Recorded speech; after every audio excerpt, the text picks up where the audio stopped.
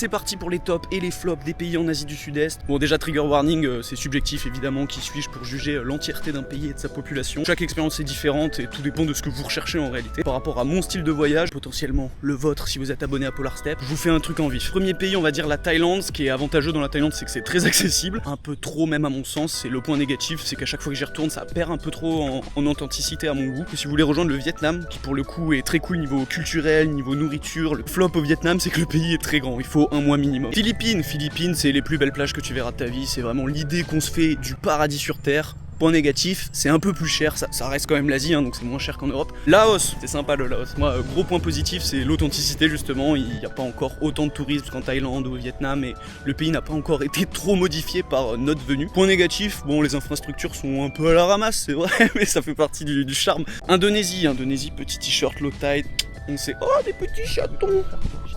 Se régale. Bon bref, je disais quoi, Indonésie c'est très cool parce que c'est accessible un peu comme la Thaïlande, mais il y a en plus cette vibe quand même très surf, île.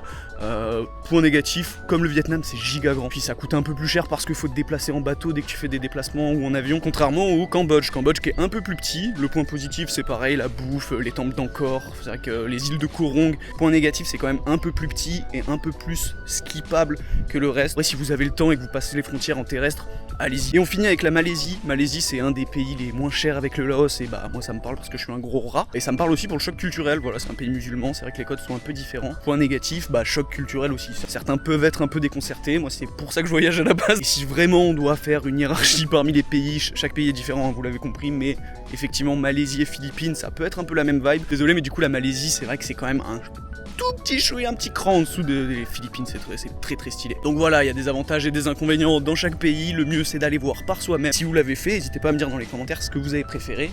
Et puis si vous voulez suivre le voyage d'un peu plus près, ça se passe sur mon compte Polar Step.